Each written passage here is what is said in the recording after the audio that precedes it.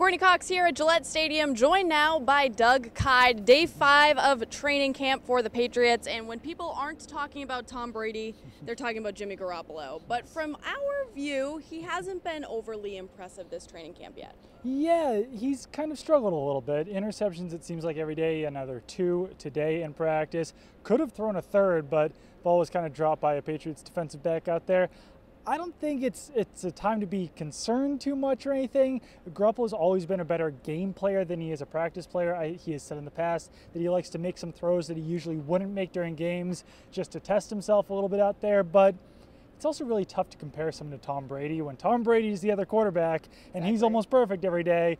The other quarterbacks obviously are going to look a little bit worse, and we've seen some bad quarterbacks out here. Ryan Mallett, Tim Tebow. We're not talking about that Jimmy Garoppolo's playing that poorly, but not as good as Tom Brady. There's still a pretty big drop off there. Well, it's not just Tom Brady and Jimmy Garoppolo out here. There's also Jacoby Brissett, who got some playing time at the beginning of last season when Garoppolo went down with injury. What have you seen out of him so far? Yeah, I think he's taken another step forward this season. I think that he would be more ready to step in this season if they need him. Hopefully for the Patriots, they don't need him. But he's another guy. Like I said, we've seen some really bad quarterbacks out here, and he's not one of them. I think that I've been pretty impressed with him, especially as a second-year player coming in here, playing a different style than he played in college a little bit. So, I've liked what I've seen from him. There's certainly those 3 levels of quarterback, though, from Tom Brady, Jimmy Garoppolo, and Jacoby Brissett.